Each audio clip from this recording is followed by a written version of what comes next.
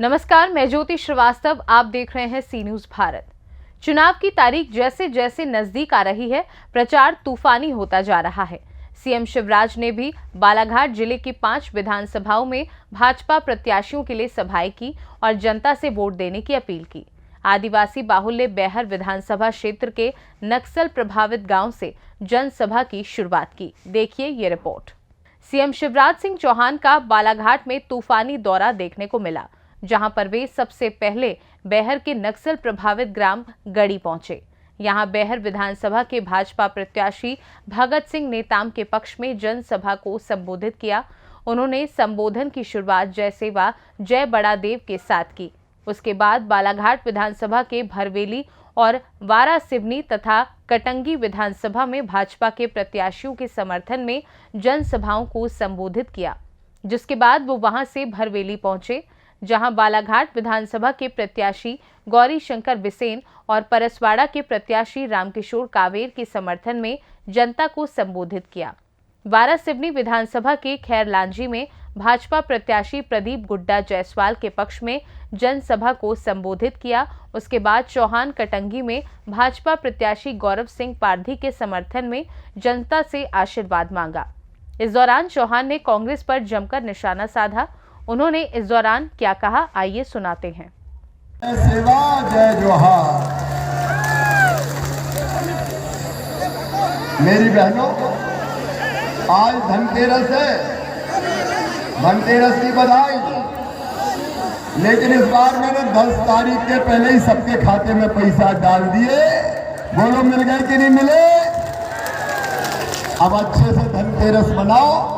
भगत जी, आप भी खरीदी करने मेरी लाडली बहनों के साथ जाओ।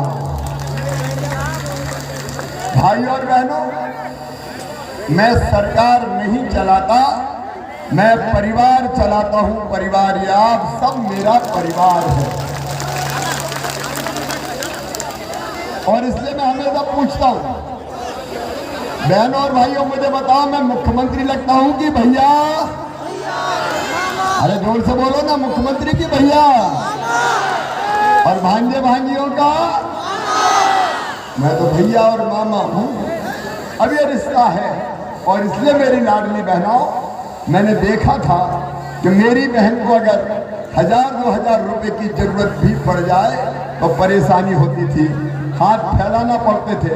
तो मेरे दिल ने कहा कि शिवराज, तू तो भाई है रे अपनी बहनों का, बहनों की परेशानी दूर कर। मैंने सोचा कैसे दूर करूं, तो एक ही विचार मेरे मन में आया कि अपनी बहनों के खाते में सीधे पैसा डाल दो तो बहनों की परेशानी दूर हो जाएगी। बोलो सही बात है? और सुनो भगत जी, हमारा नेतृत्व, अभी कई बहनें रह गई है, मैंने सुना हर गांव में 10-20 रह गई ना, तो जाके कह दो गांव गांव, भैया कह गया है, जो शेष बहनें रह गई है सरकार बनने के बाद तत्काल उनके नाम जोड़ दिए जाएंगे, कोई बहन शेष नहीं। और मेरी बेटियों ने मुझे कहा कि मामा, एक गड़बड़ कर दी आपने। मैंने कहा क्या गड़बड़ कर दी? बोले आपने 21 साल से ऊपर पैसा तो दिया, लेकिन ये कह दिया कि शादी करे बेटी तो हमें नहीं करना 21 साल में शादी, हमें पढ़ना है, आगे बढ़ना है। और इसलिए मेरी बेटियों, अब 21 साल की उम्र होने के बाद तुम्हारी शादी हो चाहे नहीं हुई हो, तो भी पैसे तुम्हारे खाते में आएंगे। बोलो ठीक है कि नहीं? और आगे जो करने वाला हूं, क्योंकि समय कम है, काम की बात करूंगा। मेरी बहनों, लाडली लक्ष्मी, लाडली बहना, और अब मुझे बनाना है लखपति बहना योजना। लखपति, ये पूरी जिम्मेदारी से भाइयों मैं कह रहा हूं। हर बहन की आमदनी साल भर में 1 लाख रुपया से ज्यादा हो, इसका इंतजाम करूंगा। 1 लाख से ज्यादा आमदनी मतलब लखपति दीदी, लखपति दीदी बनाऊंगा। गरीब नहीं रहेंगे, आंसू नहीं बहाएंगे। क्यों रोए हम, क्यों रोए हम काम करेंगे और आगे बढ़ेंगे। मेरी बहनों, भैया तुम्हारे साथ है, इस संकल्प को पूरा करके रहेगा। कोई भी आंखों में आंसू ना आए। और एक बात और भाई और बहन, प्रधानमंत्री आवास योजना के कई के मकान बन गए लेकिन कई के रह गए। सही बात है कि नहीं कच्चे मकान? तो भगत जी हमने तय कर दिया, मुख्यमंत्री लाडली बहना आवास योजना फार्म भरवा रहे हैं। और सुन लो रे मेरे भाइयों बहनों, जिनके कच्चे घर बचे हैं उन सबके पक्के मकान बनाने का पैसा दूंगा मैं, कोई का कच्चा घर नहीं है।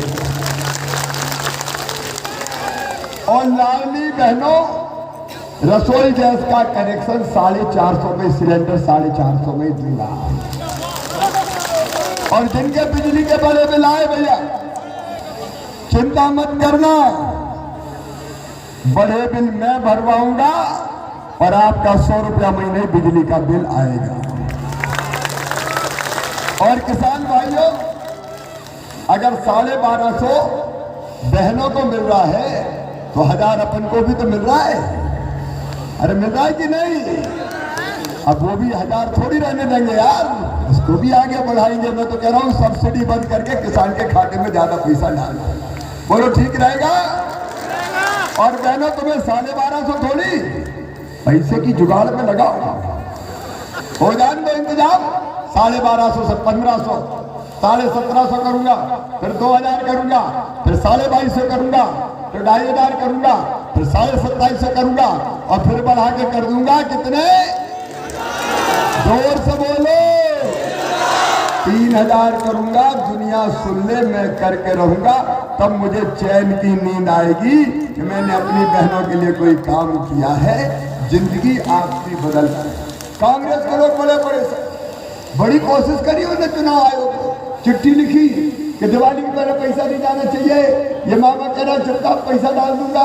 अरे मैं क्या चुपचाप क्या को डालूंगा? डंके की चोट डालूंगा, कोई चोरी थोड़ी है, बहनों को तो पैसा देना।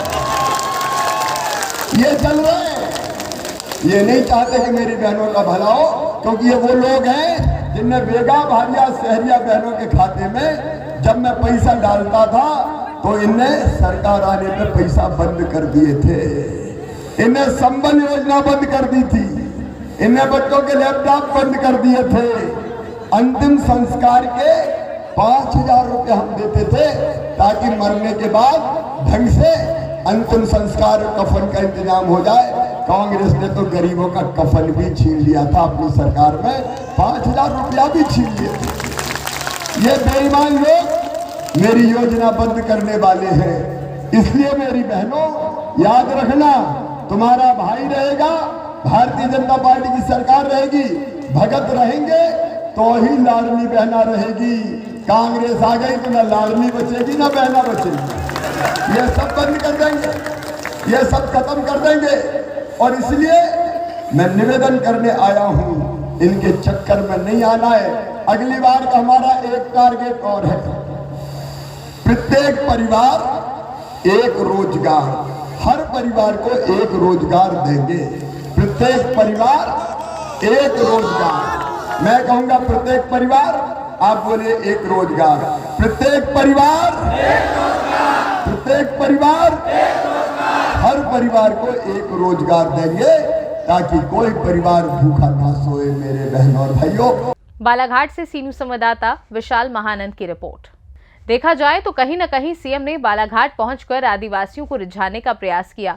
अब वो इसमें कितना सफल हुए हैं कितना नहीं, ये तो वक्त ही बताएगा। फिलहाल के लिए इस खास रिपोर्ट में बस इतना ही। देश दुनिया की बाकी खबरों को जानने के लिए आप देखते रहिए सी न्यूज़ भारत।